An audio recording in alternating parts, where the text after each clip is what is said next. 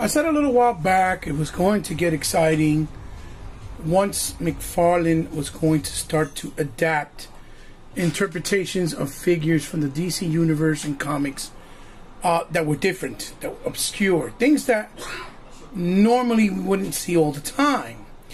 And this here is a prime example. What's up, guys? How are you? It's me, Hebot. I'm back with another excellent and exciting video of toys in my closet, and I am your host. And today I'm going to review for you and take a closer look at the brand new DC multiverse Dr. Fate. Okay? Dr. Fate. And I had to gasp and hold myself in because I haven't had a Dr. Fate figure. Now, let's keep in mind two factors here. This is the Dr. Fate design for the Injustice video game from NetherRealm, right? The creators of Mortal Kombat, respectively, right? But this is also, as you see from the seal there, the premium edition version, which is the version that I wanted since I saw. This is the one that is the actual blue on gold with the silver shinier blue. I mean gold. That looks like the original color tone and palette of the comic book character. The original standard version for this Injustice version, it's gold on a navy blue, kind of like a navy blue, much darker, and not so bright and bright and vibrant. So, as you see, this is keeping in the traditional McFarlane packaging, and it looks quite nice right here in the packaging itself. You see, as you come up close, that he has the, actual, what you call it, the actual, nice window opening with the mask. You come up slowly and you see, as in that nice vac metal seal, says McFarlane Platinum Edition DC Multiverse. Same thing, Dr. Fate. Then on the top it says ages 12, as always. And as you look down, McFarlane Toys, 22 points of articulation. Turn it to the sides, same standard. Dr. Fate, DC Multiverse going across. McFarlane Toys on the bottom. On the side, in big letters, Dr. Fate from Injustice 2. DC Multiverse, as you see there. Then we have McFarlane in the back. Then you turn it around and we have none other than a nice, picture of him. And as you see, it's like a navy bluish, with the exception of these little highlights right here on the side that they're blue. And then, you see that it has a cross down the back for all the other newer wave characters in these waves. On the top it says Dr. Fate from Injustice 2 McFarlane. And also the medias of social media you can find McFarlane at, and some legalese in the bottom. Plain and simple. So it keeps in the same aesthetic. So for those of you that are actual mint on card, fear not. He has not changed anything. The continuity is going to stay there, and you have nothing to worry about. It still will look the same exact way and classy on your shelf. Now this is the harder one to get. So for those who are looking for it, I hope you find it. I really do. Now let's rip the box open and get him out of packaging and see what he has to offer. And if he's, worth the time or if he's not. So guys, have a digital drink, sit back, relax, and I hope you join me for the ride and stay with me till the end. I'll see you soon. Alright guys, and here we have Dr. Fate out of packaging, and he looks really great, really great. But unfortunately, it seems like because of some of the design, right, of the figure, the execution of how they created and engineered the figure, gives it a lack of of movement, and he is very hard to do other things that are exciting with him, other than maybe flying, right? So, getting into it here, into his face and shield, looks absolutely great with the wide eyes. with his ears showing on the side and the mask coming down with the mohawk looking type of feel on the helmet. You have the gold peace crest, what looks to be a peace crest on his actual chests, with this piece here, and it's all rubber. All this is nicely detailed and defined. You see the blacks, the blues, the ocean blue on the side padding. Then he has a shoulder pauldron or shoulder pads with the peace crest as well, his forearm guards, and the plates on the top of his fist, which look really nice and detailed. Here it is on this side as well. It's the same thing. Forearm guards and the plate there. And we have the belt, as you see, with the nice design. It looks like a bug with wings, and you have these brown tabs on the side, as you can see there. Here's one of the problems right there with the figure, that this entire piece here, it's all one piece, so when you try to split his legs just a little bit, it rips all off completely. And there it is, the other side again. Trying to press on it as well. There you go. There's the brown with the golds. The flap here with the nice soft material, but it's nicely detailed too, with the gold and the browns, the blue, the details on the legs. Really nice, and the paddings out there on the side, as you can see right there. The knee pads with the peace signs, really nice.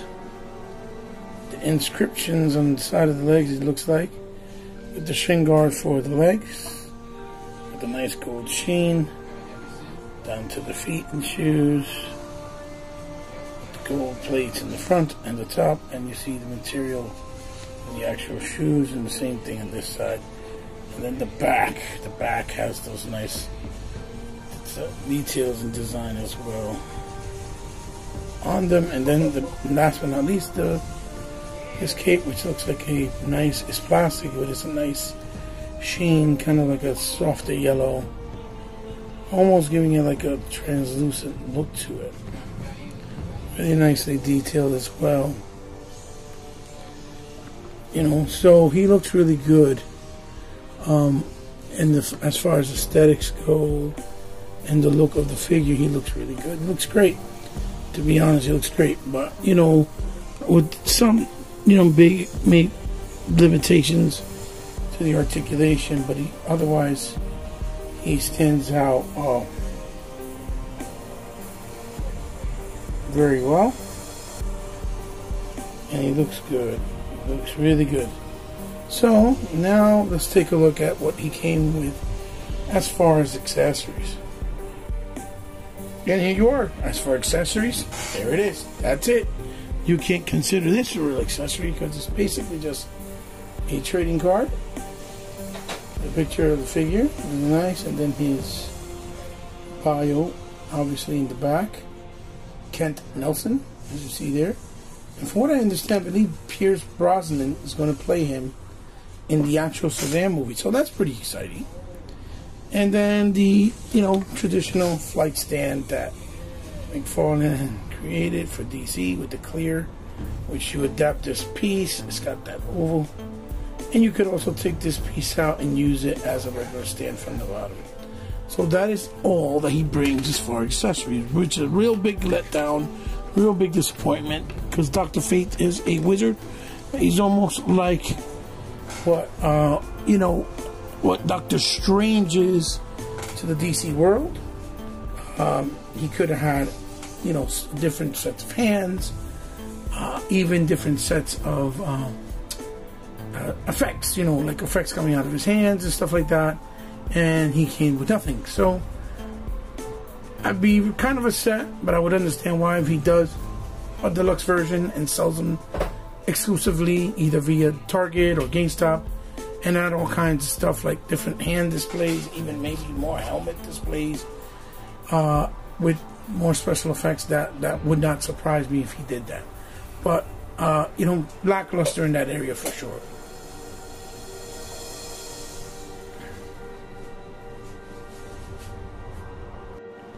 So here we have, let's check a look at his articulation. We'll start off with the head, which moves left and right, obviously. It has a tilt, moves tilt very well, side to side, but then when you want to look back, absolutely nada, because this crashes with this. Don't know why I didn't do a gap there so that it can go inside, like making it look like it was his shoulder or his neck, so it could look back. And then, oh, of course that would happen to me. Why not? To look down, he does look down a little bit, but again, it's not much. So there's that. That's how much he looks down. Now, as far as the shoulders, he has a really nice, you know, butterfly. Then over here, the shoulder is connected to the arm, so it goes over, and that much as far as how it goes up. It goes 180 degrees. It does have a nice bicep swivel, which is hidden, double in the elbow,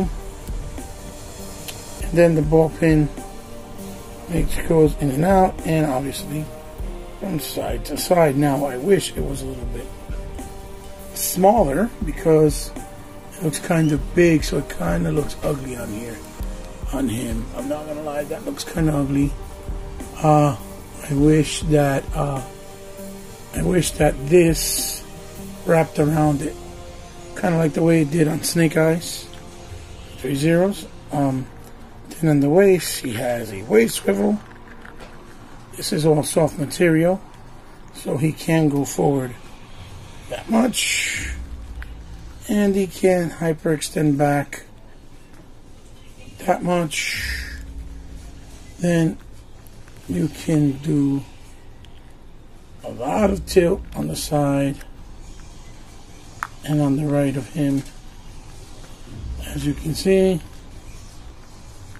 Really nice range, nice amount of range, a lot of amount of range. Gotta hide his shirt inside the other piece here, which is the actual, like his skirt piece, I guess. And then, you know, on the top, it doesn't look like it. I don't think it has a torso ball joint, but it might. Not sure though. Then on the bottom, you can only split the legs up to here, because then this will rip off and this will rip off. Same way you can bring them up that much and back only that much. So again, it starts to rip off there. I already glued it twice. So you can go forward this much, back that much. And that's not cool, because you can't do anything but just this. That's it. And there's no, you know, just very minimal thigh swivel that you can't really do. He should have had a cut here underneath, hiding because of this. So you can move the legs for better posability. You can't really dynamically pose him unless he's flying. He has a double knee. Then the leg obviously goes up, the foot goes up that much, go back that much, and then, you know, you have the forward pin rocker, and then the toe tip articulation. So as far as articulation goes, that's what he has to offer. Not bad, but also not great, because you want to put in a really dynamic poses again, like I said, that involve his feet. You're very limited, even on his head area. It's going to be very hard to do, unfortunately.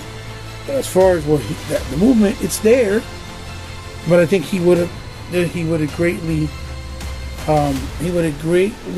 gained and it would have sat very well if he would have had actual leg swivel. If he actually had, you know, if he actually had leg swivels right there to help him move his legs so he can have dynamic posability capabilities, right? So now I don't have another Dr. Fate, but let's put him next to some other figures just to see kind of how he looks like next to some other DC characters.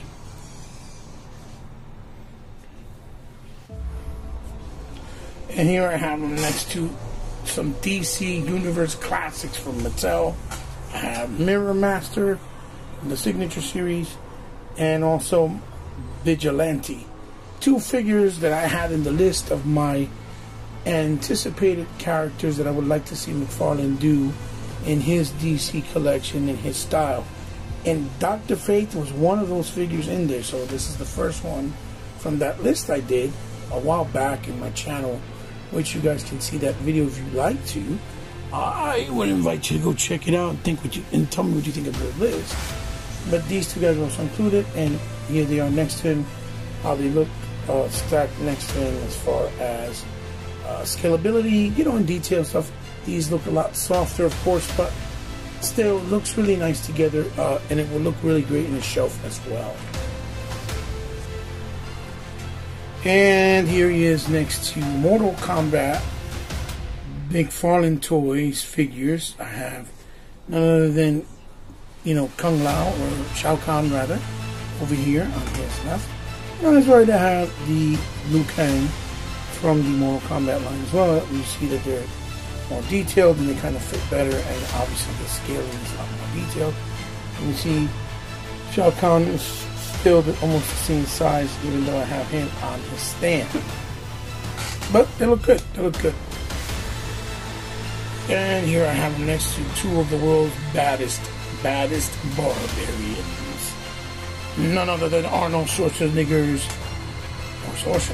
right? Conan, the Barbarian, and the new Masters of the Universe, Revelation He-Man. As you can see, they scale really nice. These are all 7-inch and 7¼ inch figures.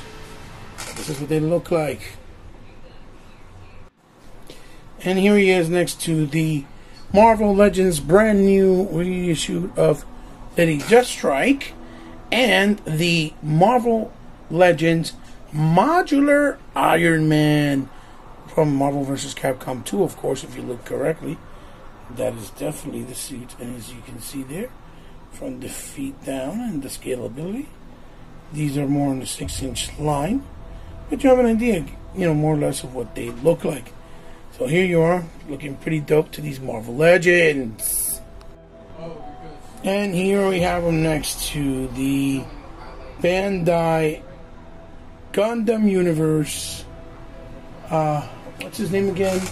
I believe it's Gundam Sandrock, which I haven't reviewed yet. And next to the SH Figure Arts, or actually Figma, Kamen Rider Manta Ray, I think it is. Side by side, he's more of a 4¼ inch, he's more of a 6-inch, and then obviously Dr. Fate is obviously 7-inch. So this is what it looks like, just to give you kind of an idea, next to different, you know, type of scales and lines. Okay guys, so here we have it. Here is my final thoughts and review of, you know, Dr. Fate.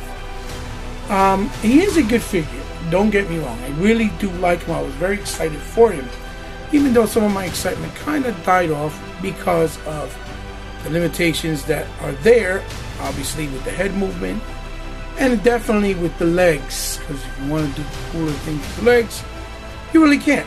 But as you can see here, you can put him on the stand, move him around a little bit, and you can, you know, make him look somewhat cool. It just kind of feels a little bit limited and static, even though the movement's there. So it's kind of like, why put the articulation if the movement can't be used. Now, another thing is he needs to start implementing McFarlane. Scott, Todd, if you ever see this, please, which I know you probably will, but if you ever see this, please consider in making those leg swivels the way you did with the dark metal Batman in order for him to sit on the bicycle. Especially with this figure, for example, it would have been a perfect candidate because the skirt is really high up. You're not going to see that cut. It's really hidden. It would have never made any kind of, hurt to the figure, the aesthetic, the look, since it's hard to make any splits or movements forward to, with the figure in any way, shape, or form. And also, figures like this, when need a lot of, effects and need a lot of, hand display gestures because he's a magician.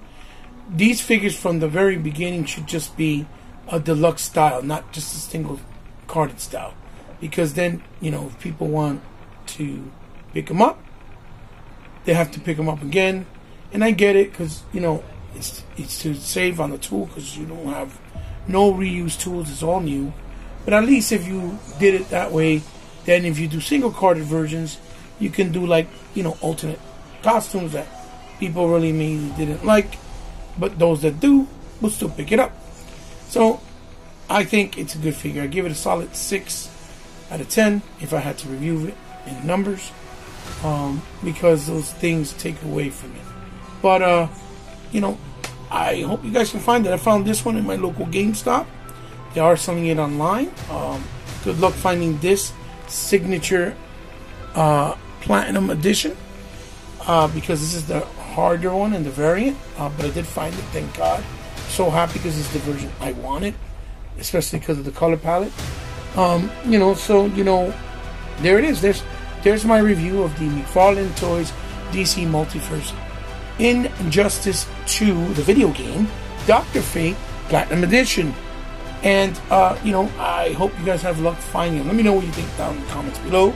If you like them, if you don't like them, if you plan on picking them up, if you're not planning on picking them up, if you already pick them up, and how you feel about them, if you still enjoy them very much, or if you were disappointed in them, the way that I was, especially with the limitations in articulation and the restrictions, right?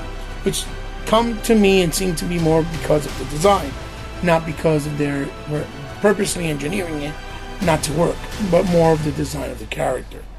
Unless he did that bottom part like actual cloth, that probably would have worked way better, and you never would have to worry about it, ripping apart. That would have probably worked really well as well. So guys, I'm trying to get the Mezco one. The guy said he's supposed to be getting it soon and still hasn't, so I don't know, it's been an eternity. Let's see what happens. Like I said, let me know down in the comments what you think, and share this video with someone you think might like it. Give me a thumbs up if you like the video, leave me a thumbs down if you didn't like the video. As always, for all the users who continue to come by and give me support, thank you, because without you my channel would be dead, would not be sustained. And if you're new to the channel and you like what I do, thank you for stopping by. I appreciate it very much. I hope you had a good time. I hope you had fun, and I hope that I convinced you to keep coming by and maybe subscribe. And if you did, remember, I'm very grateful, because I know you didn't have to, but since you did, I consider you now part of my family. And guys, you can always find me on social media, on Instagram under C_respect, and on Twitter. I will give the information very soon, just not quite yet. You guys can always DM me if you want to donate anything to the channel, for me to highlight and me to showcase. It would be an honor. It would be my absolute pleasure to do so. Also, if you guys ever want to help my channel directly in any way, shape, or form, because it goes a long way, just by hitting the like and subscribe and share button is enough. But if you want to do so in a little bit more personal fashion or manner, there is a way you can do it, because I am a small channel still. I sustain myself, and I don't have really a lot of options in getting funds to continue to get content all the time, unless it's from my own pocket or from the help of maybe one of my kids and some friends that are really good friends, obviously. So guys, you can do that with my Patreon account and my PayPal information, which is all down in the description below. And you can do it that way if you want to, if you choose to, if you have the means to, and if it's, you know, something that you want to do from your heart, from the kindness of your heart, obviously. Guys, keep collecting, have fun doing it while you're out there. Still remember that we are in trying times. Be considerate to others while you're doing it. There's no reason why we can't.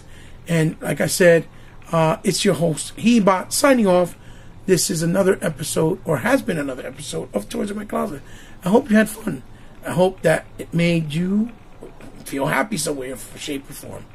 I'll see you guys soon. Love you. Bye-bye.